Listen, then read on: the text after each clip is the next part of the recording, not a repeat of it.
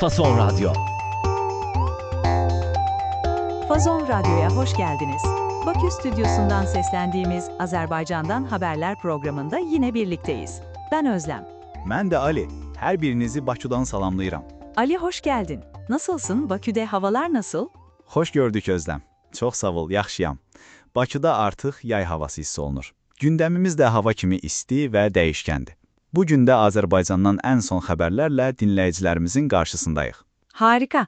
O zaman hiç vakit kaybetmeyelim. Gündemin en sıcak haberi neymiş senden dinleyelim. Əlbəttə, bugünün ən diqqət çəkən xəbəri Ermənistan Baş naziri Nikol Paşinyanın açıqlaması oldu. Paşinyan, Azərbaycanla sülh prosesine dair müxbət mesajlar verərək, ümid edirəm ki, 2028-ci ildə Azərbaycana getmə imkanım olacaq, deyib. Vay be, bu çok önemli bir açıklama Ali. Gitme imkanım olacak yani gitme imkanım olacak diyor. Doğru anladım değil mi? Bu sadece bir temenni mi yoksa altında daha somut gelişmeler var mı bu açıklamanın? Bəli, tam doğru anladın. Bu sadəcə bir təmənni deyil. Bu açıqlama iki ölkə arasında davam edən normallaşma və delimitasiya, yeni sərhədlərin müəyyənləşdirilməsi prosesinin bir hissəsidir. Sülh müqaviləsi imzalandıqdan sonra əlaqələrin nə səviyyəyə gələ biləcəyinə dair bir işarədir. Paşinyanın bu cür konkret bir tarix verməsi və şəxsi bir arzusunu dilə gətirməsi prosesin müxbət istiqamətdə getdiyinə inamını göstərir. Anlıyorum. Yani aslında masada devam eden görüşmelerin kamuoyuna yansıyan olumlu bir sinyali bu. Gerçekten de barış adına çok umut verici bir gelişme. Peki dış politikada başka ne gibi gelişmeler var? Ancaq bütün xəbərlər belə müxbət deyil Özlem. Başqa bir mühüm xarici siyasət xəbəri də var. Azərbaycan Milli Məclisi Avropa Parlamenti ilə bütün əməkdaşlığı dayandırıb. Bir dakika, emektaşlık işbirliği demek değil mi? Yani Azerbaycan Meclisi Avrupa Parlamentosu'yla tüm ilişkileri durdurmuş. Neden böyle bir karar alındı? Haberde gerezli mövke diyor, yani taraflı tutum. Neymiş bu taraflı tutum? Bəli, əməkdaşlıq işbirliyi deməkdir. Milli Məclisin qərarına əsas səbəb Avropa Parlamentinin Azərbaycana qarşı, xüsusilə də Qarabağ məsələsi və insan haqları mövzusunda qəbul etdiyi bəzi qətnamələri və açıqlamaları qərəzli və ədalətsiz hesab etməsidir. Azərbaycan tərəfi bu qurumun obyektivliyini itirdiyini və bəzi anti-Azərbaycan dairələrinin təsiri altında olduğunu düşünür. Bu qərar Azərbaycan-Avropa İttifaqı münasibətlərində yeni, bir qədər gərgin bir mərhələnin başlanğıcı kimi qiymətləndirilir. Anlıyorum. Yani aslında masada devam eden görüşmelerin kamuoyuna yansıyan olumlu bir sinyali bu. Gerçekten de barış adına çok umut verici bir gelişme. Peki dış politikada başka ne gibi gelişmeler var? Ancaq bütün xəbərlər belə müxbət deyil Özlem. Başqa bir mühüm xarici siyasət xəbəri də var. Azərbaycan Milli Məclisi Avropa Parlamenti ilə bütün əməkdaşlığı dayandırıb. Bir dakika, emektaşlık işbirliği demek değil mi? Yani Azerbaycan Meclisi Avrupa Parlamentosu'yla tüm ilişkileri durdurmuş. Neden böyle bir karar alındı? Haberde gerezli mövke ediyor, yani taraflı tutum. Neymiş bu taraflı tutum?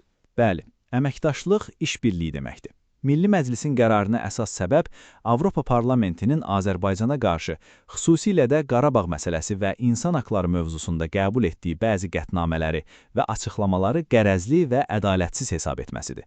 Azərbaycan tərəfi bu qurumun obyektivliyini itirdiyini və bəzi anti-Azərbaycan dairələrinin təsiri altında olduğunu düşünür.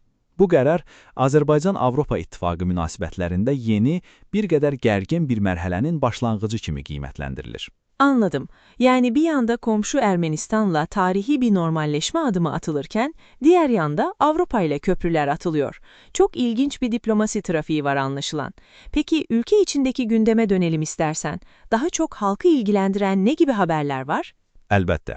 İndi isə Bakıdan çox üzücü bir xəbərimiz var. Paytaxtdakı Milli Onkologiya Mərkəzində bir partlayış olub. Hadisə nəticəsində bir xəstə həyatını itirib, bir həkim isə yaralanıb. Ay çok üzücü. Partlayış patlama demek. Bir hasta hayatını kaybetmiş, bir doktor da yaralanmış. Sebebi belli mi peki? Bir hastanede, hele ki onkoloji merkezinde neden patlama olur? Hadisənin səbəbi hələ ki tam dəqiqləşdirilmir, istintaq gedir. İlkin ehtimallar oksigen balonundakı texniki nasazlıqla bağlıdır, amma rəsmi açıqlama hələ yoxdur. Bu hadisə təbii ki ictimaiyyətdə geniş rezonans doğurub. Həm təhlükəsizlik tədbirləri, həm də xəstəxanaların vəziyyəti ilə bağlı ciddi müzakirələr başladı. Hər kəs istintaqın nəticəsini gözləyir. Anlıyorum. Gerçekten çok trajik bir olay. Umarım yaralı doktor bir an önce sağlığına kavuşur. Bu arada sen haberleri aktarırken bazen Azatlık Radyosu gibi kaynaklardan bahsediyorsun. Türkiye'deki dinleyicilerimiz için biraz açabilir misin? Bunlar nasıl yayın organları? Bəli, əlbəttə. Azərbaycanda dövlət nəzarətində olan media ilə yanaşı, Meydan TV və Azadlıq Radiosu kimi müstəqil fəaliyyət göstərən media qurumları da var. Onlar daha çox hökumətə tənqidi yanaşmaları ilə tanınırlar. Məsələn, elə Azadlıq Radiosunun bugünkü başqa bir xəbərinə görə, həbsdə olan Azərbaycan Xalq Cəbhəsi Partiyasının bir fəalinə dərmanlarının çatdırılmadığı iddia edilir. Yani hapisteki bir aktiviste dermanları verilmiyor mu? Bu ciddi bir iddia. Halk Cephesi yani Halk Cephesi Azerbaycan'daki ana muhalefet partilerinden biri değil mi? Bəli, əsas müxalif partiyalarından biridir. Yaxınları fəalin səhhəti üçün zəruri olan dərmanlarının ona verilmədiyini və vəziyyətinin pisləşdiyini bildirirlər. Bu kimi hadisələr, eləcə də başqa bir xəbərdə yer alan və ölkədə problemli kreditlərin artdığını göstərən məlumatlar vətəndaşların gündəmindəki əsas narahatlıqlardandır. Anlıyorum. Hem siyasi hem de ekonomik olarak halkı endişelendiren konularda gündemde yerini koruyor.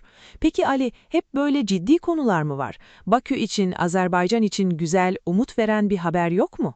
Olmaz mı? Var, əlbəttə. Həm də çox gözəl bir xəbər. Azərbaycan hökuməti ilə Birləşmiş Millətlər Təşkilatı arasında imzalanan sazişə əsasən 2026-cı ildə Ümumdünya Şəhərsalma Forumunun 13-cü sessiyasına Bakı şəhəri ev sahibliği edəcək. Şehir salma, şehir planlama, kentsel gelişim gibi bir şey mi? Bu büyük bir organizasyon olmalı. Birleşmiş Milletler'in bir etkinliği sonuçta. Bəli, tam olaraq şəhər planlaması deməkdir. Bu, bütün dünyadan memarların, şəhər planlamacılarının, hökumət nümayəndələrinin iştirak etdiyi çox böyük və nüfuzlu bir tədbirdir. Bakının bu foruma ev sahibliği etməsi, Azərbaycanın beynəlxalq tədbirlər keçirməkdə nə qədər təcrübəli olduğunu və infrastrukturunun bu səviyyədə olduğunu bir daha nümayiş etdirir. Harika bir haber. Bakü'nün güzelliğini tüm dünya bir kez daha görecek desene. Ali, programın sonuna yaklaşırken biraz da ortak kültürümüze, magazin dünyasına bakalım mı? Biliyorum Azerbaycan'da da bizim diziler çok seviliyor. Teşkilatla ilgili bir haber varmış sanırım. Bəli, Özlem, doğru eşitdin. Azərbaycanda da çox böyük maraqla izlənən Təşkilat serialından 3 aktyorun ayrılacağı xəbəri yayılıb. Sosial şəbəkələrdə, xəbər saytlarında hər kəs bunu danışır. Kimler gidiyormuş? Bizim dinleyiciler de merak eder şimdi. Bizde de hemen dizinin tadı kaçacak yorumları başlar böyle haberlerden sonra. Azerbaycan'daki izleyicilerin tepkisi nasıl? Hələ ki adlar tam dəqiqləşməyib, sadəcə iddialar var. Amma həqiqətən də hər iki ölkədə də serialın fanları üçün həyəcanlı bir gəlişmədir. Azərbaycandakı izləyicilər də eynən sizin kimi üzülür. Kimin gedəcəyini, yerlərinə kimin gələcəyini müzakirə edirlər. Bu da bizim nə qədər ortaq zövqlərə malik olduğumuzu göstərir. Kesinlikle öyle. Gündem yine epey yoğundu Ali. Siyasetten sağlığa, ekonomiden magazine her şeyi konuştuk. Ağzına sağlık. Çok teşekkürler. Sənin də ürəyinə sağlıq Özlem. Dinləyicilərimizə bizi dinlədikləri üçün təşəkkür edirik. Yarın yine aynı saatte buluşmak üzere. Hoşça kalın.